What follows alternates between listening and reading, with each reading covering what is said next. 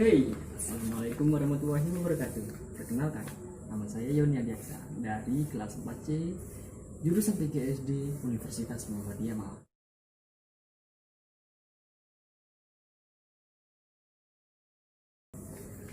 Video ini saya buat dengan tujuan untuk memenuhi tugas akhir tematik dan pembelajaran IPA. Dan kegiatan yang saya lakukan adalah praktek mengajar atau peer teaching. Untuk mempersingkat waktu, mari kita lanjut ke video selanjutnya.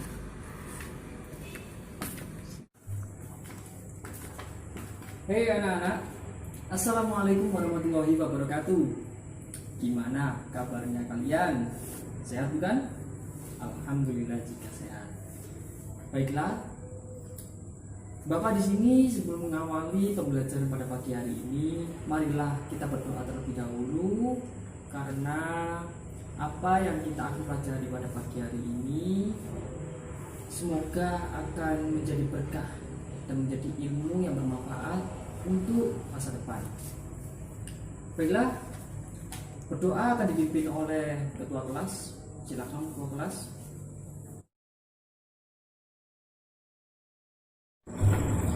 Alhamdulillah, semoga doa kalian diijabah oleh Allah SWT. Selanjutnya, Bapak akan mengabsen terlebih dahulu kehadiran siswa pada pagi hari ini. Baiklah anak-anak, sebelum kita masuk ke dalam materi yang akan kita pelajari pada pagi hari ini, Bapak akan menstimulus kalian dengan pertanyaan-pertanyaan seputar pengalaman yang pernah kita alami, bahkan Bapak pun pernah mengalaminya. Nah, apakah kalian pernah mengalami cedera? Pastinya pernah, bukan? Nah, jenis cedera apa yang kalian alami saat itu? Apa luka? Atau tepuk? Atau yang lainnya? Nah, cedera pada saat kalian alami tersebut pada saat melakukan aktivitas apa? Pasti melakukan aktivitas sehari-hari kan? Nah, baiklah anak-anak, setelah kita mempelajari tentang cedera dari hasil stimulus yang Bapak berikan untuk kalian, Bapak akan bercerita tentang kehidupan nyata yang dialami oleh seseorang, yaitu seorang atlet. Dia adalah seorang atlet lari. Dia banyak sekali mendulang kemenangan dalam ajang perlombaan lari tingkat dunia. Dia sangat berprestasi, kan? Nah, sayangnya pada saat dia mengikuti perlombaan di Inggris, waktu itu dia sudah memulai start dengan benar, akan tetapi saat di pertengahan perjalanan dia mengalami cedera. Sungguh disayangkan. Nah, hal itulah yang menyebabkan dia mengalami stres karena tidak dapat memenangkan kejuaraan tersebut. Nah, Bapak akan masuk ke dalam materi secara langsung biar pembelajaran kali ini terasa efektif. Pada materi di buku tematik pada subtema 2 pembelajaran 3 terdapat suatu materi yang membahas tentang cedera.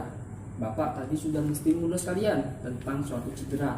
Nah, kali ini Bapak akan menjelaskan apa saja sih jenis-jenis cedera tersebut.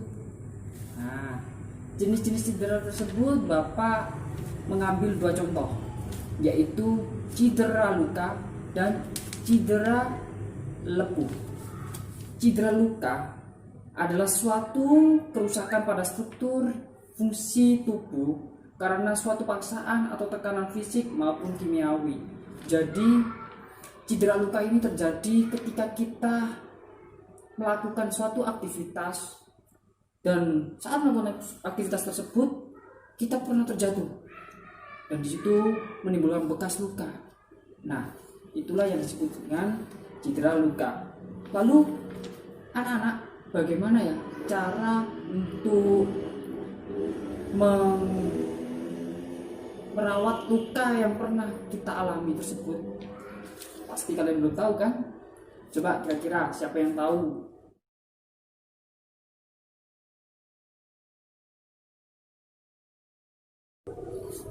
Nah, bagus. Loh, Jawabannya bagus, anak-anak. Tapi ada yang sedikit kurang dari jawaban yang kalian sampaikan. Nah, Bapak akan melengkapi jawaban kalian. Cara untuk merawat cedera luka yang pertama adalah dengan membersihkan area luka menggunakan sabun antiseptik. Hal itu bertujuan untuk menghilangkan atau menghindari adanya kuman-kuman yang ada pada area luka. Kemudian yang kedua adalah tekan perlahan bagian luka dengan perban atau kain pembersih. Hal ini dilakukan agar darah yang mengalir pada tubuh kita atau pada area luka itu dapat terhenti dan tidak keluar dari area bekas luka habis terjatuh atau yang lainnya. loh, Nah, kemudian yang ketiga adalah oleskan bagian luka dengan krim antiseptik. Hal ini dilakukan supaya area luka yang ada pada bagian tubuh kita dapat terhindar dari rasa sakit atau nyeri, dan hal ini berfungsi untuk cepat mengeringkan area luka yang basah atau yang baru terjadi. Nah, kemudian jenis cedera yang kedua. Jenis cedera kedua yaitu cedera lepu. Apakah anak-anak dari salah satu kalian mengetahui apa itu jenis cedera lepu? Nah, cedera lepu banyak kita alami, banyak sekali orang-orang, hampir semua orang mengalami cedera lepu. Karena cedera lepu ini dapat terjadi pada saat kita melakukan aktivitas sehari-hari, baik itu masak, baik itu bermain, baik itu entah apa aja yang menyebabkan kulit kita melepuh. Nah, biasanya itu terjadi karena adanya suatu gesekan terkena benda-benda panas. Contohnya pengalaman Bapak waktu bermain sepak bola. Nah, itu Bapak bermain sepak bola, lari terus, itu alasnya itu dari aspal. Jadi pada saat siang hari aspal itu panas, tapi Bapak tidak peduli tentang hal itu. Yang penting Bapak senam, ngejar bola, lari sana sini. Nah, setelah bermain bola baru Bapak sadari, wah, kenapa kaki saya kok perih gitu ya. Nah, pada saat itu saya lihat kaki Bapak tiba-tiba benjol. Itu sangat perih. Nah, itulah yang disebut dengan cedera lepu. Lalu kira-kira apa ya yang bisa untuk merawat cedera lepu? Apakah kalian tahu, anak-anak? Nah, cara pengobatan cedera lepu ada 4 caranya, yaitu yang pertama, dinginkan bagian melepuh dengan air bersih. Hal ini dilakukan supaya kulit yang sudah membenjol atau melepuh itu dapat sedikit teringankan dari rasa perih. Kemudian yang kedua yaitu bersihkan dan keringkan bagian yang lepuh. Nah, ini bertujuan hampir sama seperti cedera luka tadi, yaitu untuk menghindari adanya kuman yang masuk ke dalam luka tersebut. Kemudian yang ketiga yaitu balut longgar dengan perban. Hal ini bertujuan untuk merawat agar kulit kita tidak mengalami lecet ataupun rusak. Kemudian yang keempat, jangan mengompres luka bakar dengan es karena dapat merusak kulit dan memperburuk cedera. Ya, anak-anak, memang benar. Hal ini jangan sampai dilakukan pada saat kaki kita melepuh ataupun tangan kita melepuh terkena api, lalu mengompres dengan air es. Itu sangat berbahaya karena dapat merusak kulit ataupun organ-organ tubuh yang ada pada area luka. Nah, Selanjutnya, Bapak akan meminta kalian untuk membentuk kelompok untuk mempraktekkan bagaimana cara atau langkah-langkah dalam merawat atau mengobati jenis cedera yang Bapak sebutkan tadi. Di buku sudah ada jenis langkah-langkahnya, tinggal kalian mempraktekkan bagaimana caranya saja. Hal ini dimaksudkan agar berfungsi untuk kehidupan kita pada saat kita mengalaminya, ataupun teman kita ataupun saudara kita. Nah, alangkah lebih baiknya kita mempelajari terlebih dahulu kan. Nah, baiklah, sekarang silakan Bapak akan beri waktu, atau Bapak yang memilih untuk membuat kelompoknya. Yuk, bagaimana?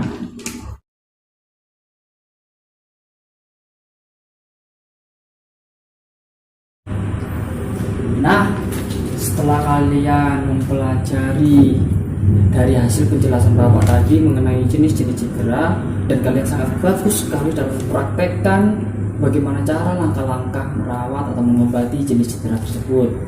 Lalu selanjutnya materi yang harus kita pelajari adalah mengenai cerita, yaitu cerita Derek Redmond. Bapak akan menyuruh kalian untuk membacanya terlebih dahulu secara runtut dan benar.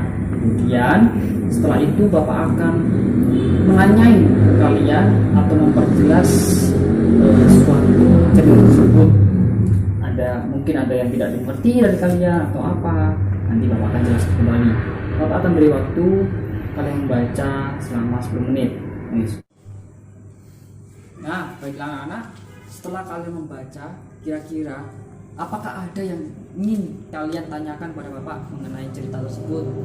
Mungkin asalnya dari mana, atau dari atlet, kenapa dia cedera gitu. Jika tidak ada, Bapak akan menjelaskan atau menceritakan secara terperinci mengenai Derek Redmond ini. Derek Redmond ini adalah seorang atlet lari dari negara Inggris. Dia ingin sekali mendapatkan gelar di Olimpiade. Nah, pada saat waktu yang tepat ini, menurut dia, ini adalah hari yang tepat buat pembuktian saya untuk memenangkan medali di Olimpiade tersebut. Nah, ketika saat perlombaan dimulai, Derek Redmond pun sangat percaya diri dan dia berharap memang ini adalah hari pembuktiannya. Setelah itu, saat di pertengahan lintasan lari tersebut, Derek Redmond mengalami cedera. Dia pun sangat tidak kuat menahan rasa sakit yang ada pada kakinya. Lalu dia pun terpincang-pincang, namun dia tetap percaya bahwa dia bisa sampai kepada garis finish. Nah, setelah seorang ayahnya tersebut melihat bahwa Derek Redmond itu tidak mampu untuk melanjutkan perlombaan tersebut, akhirnya seorang ayah pun rela masuk ke dalam lapangan, melompat dari pagar bangku penonton demi untuk menolong Derek Redmond tersebut. Kemudian dia pun menopang Derek Redmond berjalan sampai garis finish. Nah, inilah mengapa adanya suatu jenis keinginan dari Derek Redmond untuk membanggakan dirinya, untuk membanggakan kedua orang tuanya dan juga bangsanya atau negaranya. Tapi dalam keadaan tersebut harapannya pupus karena cedera yang didera oleh Derek Redmond.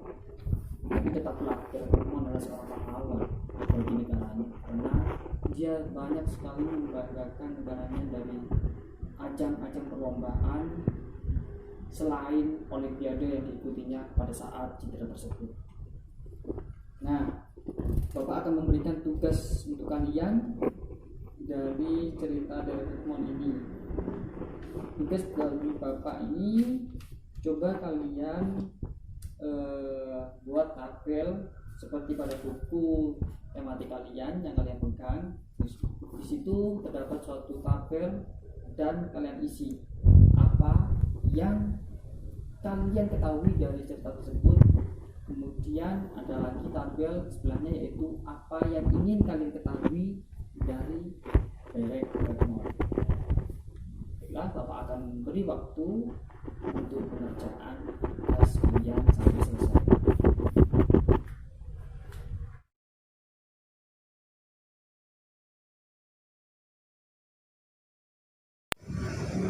Wah, dirasa pekerjaan yang sudah kalian kumpulkan ke Bapak, saya anggap atau Bapak anggap sudah baik, dan mudah-mudahan ini menjadi awal kalian untuk dapat memahami materi selanjutnya ya. Nah, materi selanjutnya yang akan Bapak terangkan adalah tentang sifat-sifat cahaya. Apakah kalian tahu apa jenis-jenis sifat cahaya? Jika tahu, silakan ajukan tangan. Nah, sifat cahaya itu dibagi menjadi empat jenis, yaitu dipantulkan, terus dibiaskan, kemudian merambat lurus, dan satu lagi adalah menembus benda bening. Lalu, apa sih yang dimaksud dengan sifat cahaya yang dipantulkan? Nah, Bapak akan terangkan ya. Apa yang dimaksud dengan sifat cahaya yang dipantulkan? Sifat cahaya yang dipantulkan adalah ketika sinar datang, apapun sinar, baik itu sinar lampu ataupun sinar laser ataupun sinar matahari, ketika terkena dengan cermin, maka cahaya tersebut akan dibelokkan. Nah, kemudian jenis sifat yang kedua yaitu dibiaskan. Jenis sifat cahaya yang dibiaskan ini dapat kita ketahui tentang gelas yang berisikan air, kemudian dimasuki dengan pensil ataupun benda yang panjang.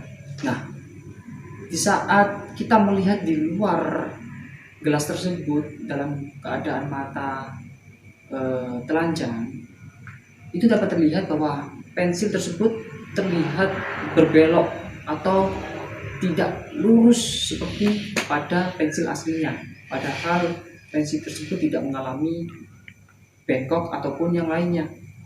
Tapi ketika dimasukkan dalam air dan dilihat dari luar, maka akan tampak bahwa bayangan pensil tersebut berbelok. Hal ini yang dimaksud dengan cahaya yang sifatnya dapat dibiaskan.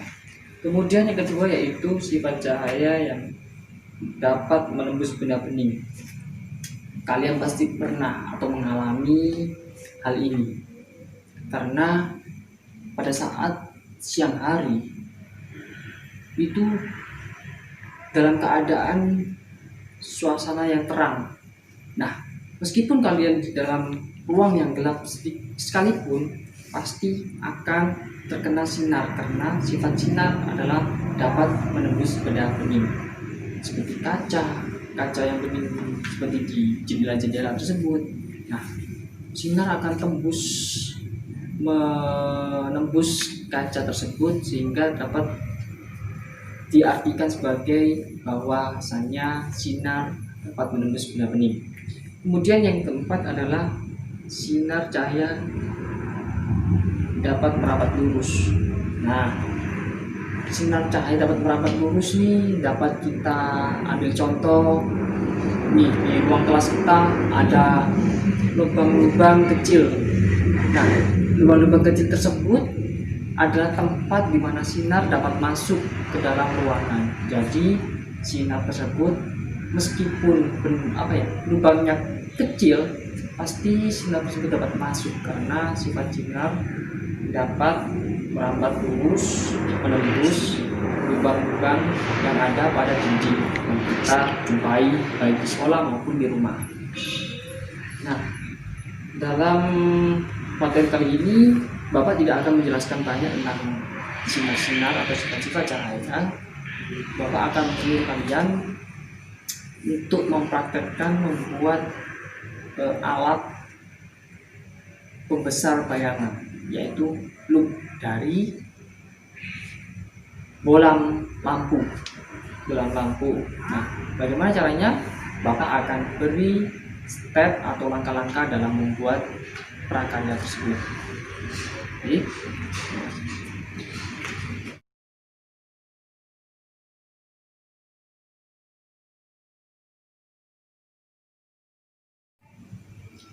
baiklah anak-anak, karena waktu kita semakin mepet, Bapak akan memberikan suatu penjelasan secara lebih terperinci melalui media pembelajaran yang telah Bapak buat.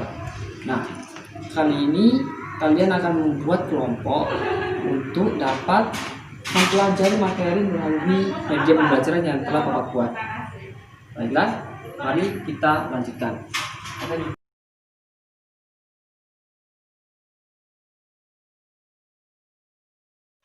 Nah, dari media yang telah Bapak buat ini, di sini terdapat suatu materi-materi tentang hal-hal yang telah dipelajari oleh anak-anak tadi, tentang sifat-sifat sinar cahaya, terus jenis-jenis cindera, dan yang lainnya.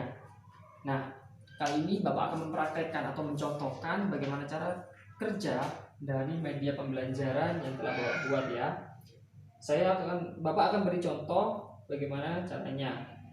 Caranya yaitu kita putar, kemudian mana yang akan jatuh di bawah sendiri, maka hal ini adalah materi yang harus kita pecahkan.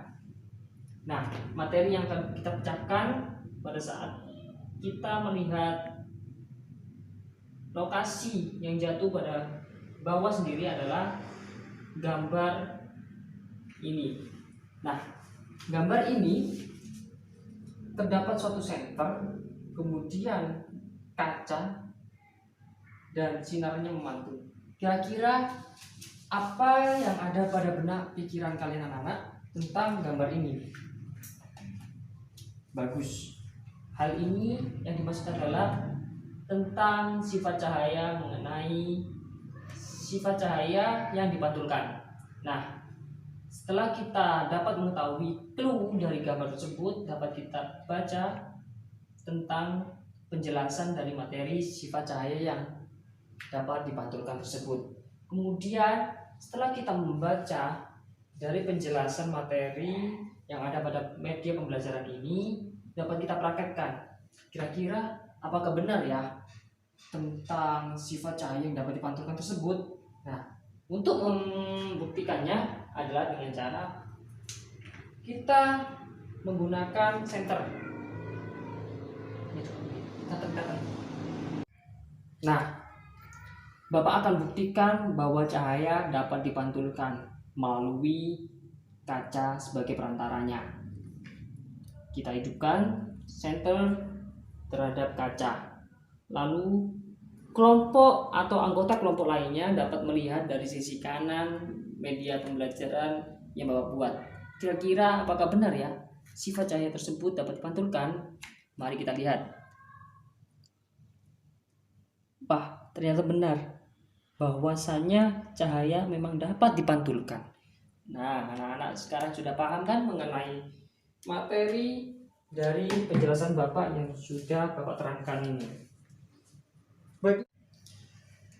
Baiklah, selanjutnya kalian berkelompok dan melakukan pembelajaran melalui media pembelajaran ini.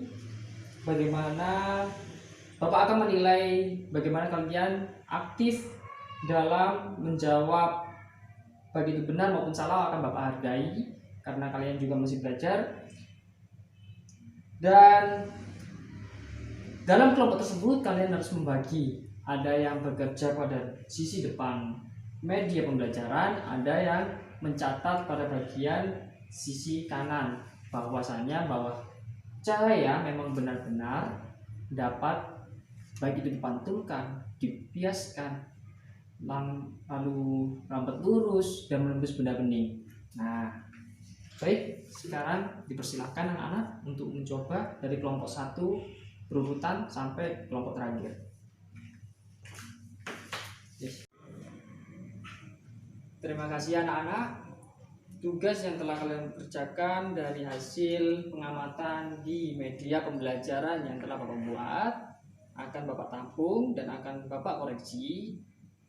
Kemudian akan Bapak beritahu mengenai nilai pada suatu saat nanti, baik minggu depan maupun hari besok. Oke?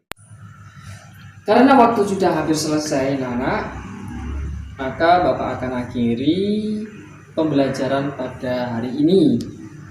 Sebelum Bapak akhiri pembelajarannya, Bapak ingin tanya pada kalian apakah ada materi yang ingin kalian tanyakan. Baik, jika tidak ada, Bapak akan bertanya mengenai materi untuk sebagai refleksi buat kalian agar kalian ingat tentang materi tersebut. Kira-kira apa yang kalian pelajari tentang materi pada hari ini? Ya, silakan.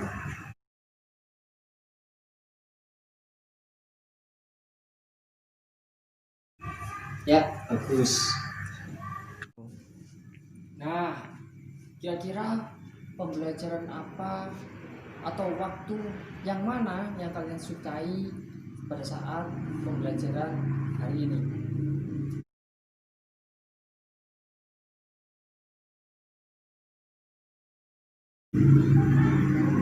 Ya, kemudian kira-kira hal baik apa sih yang kalian terima dari materi, baik itu citra,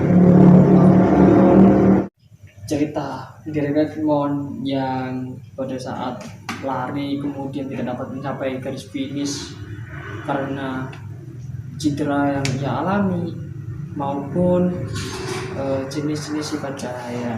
Nah, baiklah, karena sudah dirasa cukup, Bapak akan akhiri.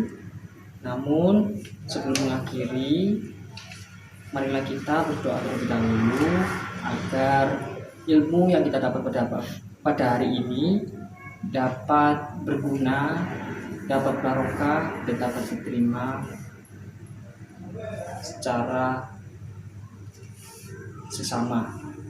Baik, Tuan kelas, silakan memimpin doa untuk mengakhiri pelajaran pada hari ini.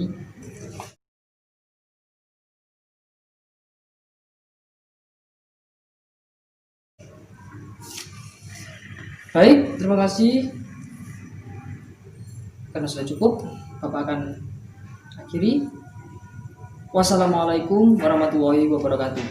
Jangan lupa jaga kesehatan dan selalu memakai masker apabila keluar rumah.